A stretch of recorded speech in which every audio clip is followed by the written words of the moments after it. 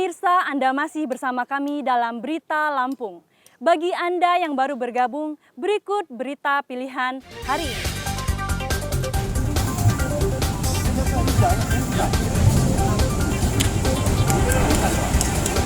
Seorang nelayan di pesisir barat tewas tenggelam di laut akibat perahunya terbalik diterjang ombak tinggi.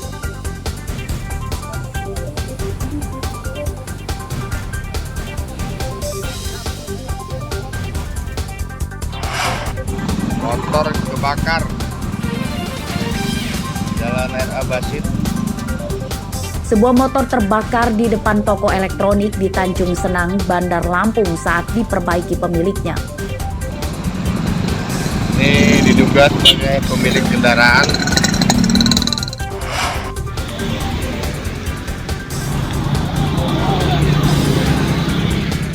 Banyak jalan di kota Bandar Lampung rusak.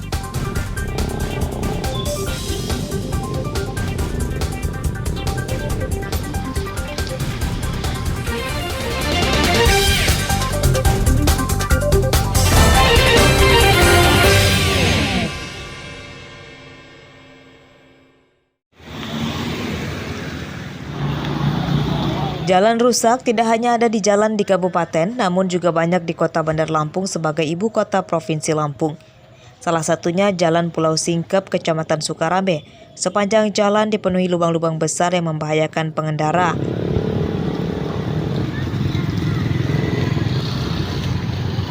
Seperti terpantau pada Senin siang, banyak kendaraan yang terperosok di jalan berlubang.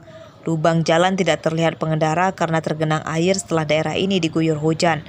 Meski tidak ada warga celaka, namun jalan rusak menyebabkan kendaraan rusak.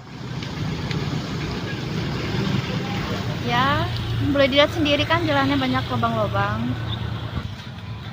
Dan sangat meresahkan juga bagi warga-warga sini lewat. Sejak kapan sih Mbak jalan rusak ini Mbak? Ya udah lumayan lama sih. Banyak nggak sih sering terjadi kecelakaan atau seperti apa tuh? Ya kalau kecelakaan sih belum ada ya sampai saat ini. Cuman kadang ada sering jatuh aja karena nggak ngelihat ada lubang gitu. Karena di sini juga malam juga nggak ada penerangan, lampu-lampu jalan juga nggak ada, gelap. Jadi ya makanya ada yang sering jatuh kadang. Rusaknya udah lama. Nah jadi keluhan masyarakat ini intinya di sini banyak masyarakat yang naik motor sering jatuh karena jalannya seperti ini. Sebelumnya sudah ada perbaikan belum Pak dari pemerintah? Kalau dari pemerintah semenjak ada cor-coran ini sampai sekarang ini belum ada. Itu kan di sebagian sana kan katanya udah dicor, ya kan. Nah, yang kesininya katanya dengar-dengar dengan pemborongnya itu mau diperbaiki, cuman sampai saat ini belum ada perbaikan. Jalan rusak ini luput dari perhatian pemerintah, padahal lokasinya tak sampai 1 km dari kantor Dinas Pekerjaan Umum dan Perumahan Rakyat atau Dinas PUPR. Pemerintah didesak segera memperbaiki jalan sebelum ada jatuh korban jiwa. Jeffrey Arifin melaporkan dari Bandar Lampung.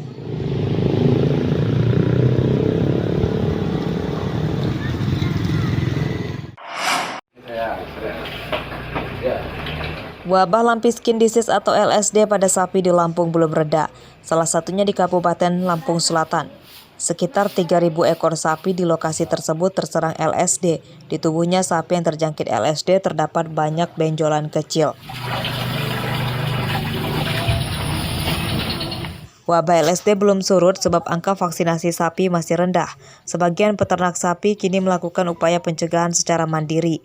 Sapi yang terserang LSD dipisahkan kandangnya dengan sapi yang sehat, ini supaya sapi yang sehat tidak tertular LSD. Para peternak sapi mendesak pemerintah segera menggalakkan vaksinasi LSD. Kami mengharapkan untuk termasuk dinas peternak sapi, ya, mantri. Nah itu kami mengharapkan kapan ini adanya untuk pencegahan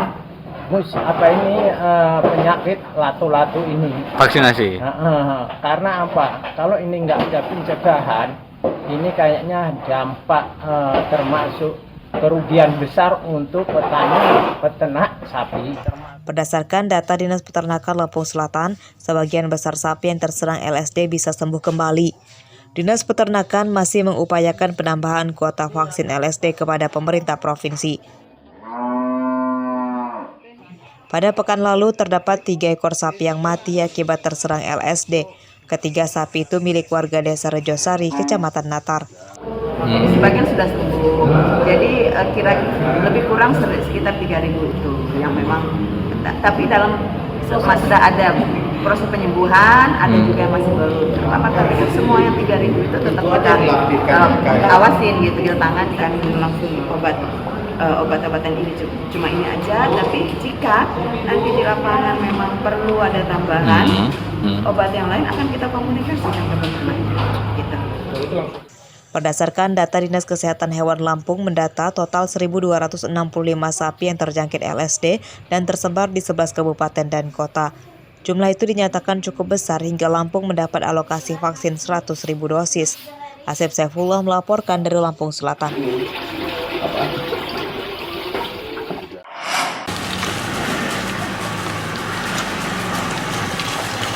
Hari Raya Idul Adha 1444 Hijriah telah usai. Penjualan sapi jantan dewasa menurun drastis.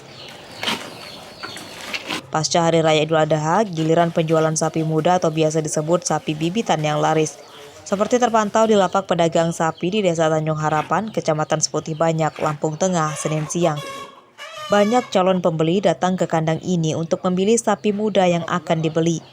Sapi yang banyak diminati pembeli adalah sapi jantan berusia 7 hingga 1 tahun. Para pengusaha penggemukan dan pembesaran sapi menargetkan bibit sapi yang dibeli ini bisa dijual untuk keperluan sapi kurban pada Idul Adha tahun depan. Kalau mencari untuk bibitan, Mas? Dari usia 10 bulan, 7 bulan sampai 10 bulan untuk digemukkan lagi. Rencana mau ngambil berapa, Mas? Rencana nggak banyak, mau ngambil 20 ekor aja untuk awal.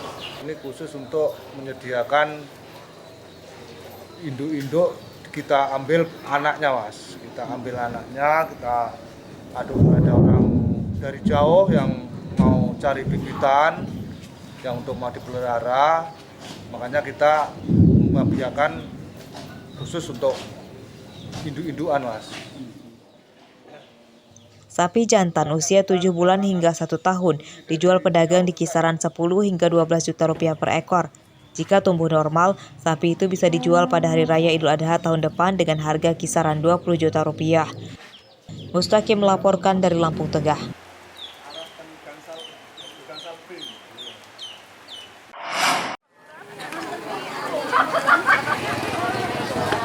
Ada kabar baik untuk pengusaha mikro kecil dan menengah atau UMKM di Bandar Lampung.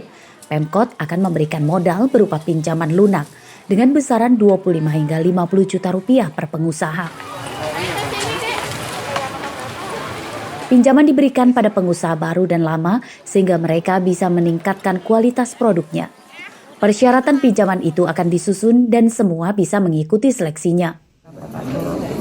Kalau pemerintah Kota Bandar Lampung ini nggak pernah berhenti, selalu memberikan masukan dan juga kita juga membantu. Apalagi kita punya program pinjaman tanpa bunga bagi UMKM kita. Apalagi dengan pelatihan ini, tadi kan Bunda lihat juga ada yang selain pemula untuk tapis, tapi mereka juga ada usaha makanan. Pemberian pinjaman modal ini untuk membangkitkan geliat UMKM yang banyak terpuruk akibat diterpa badai pandemi COVID-19 lalu. Sebelum pandemi COVID-19, terdapat sekitar 1.500 UMKM yang terdaftar di Pemkot Bandar Lampung dan kini tersisa sekitar 1.000 UMKM. Banyak UMKM bangkrut selama pandemi. Jeffrey Arifin melaporkan dari Bandar Lampung.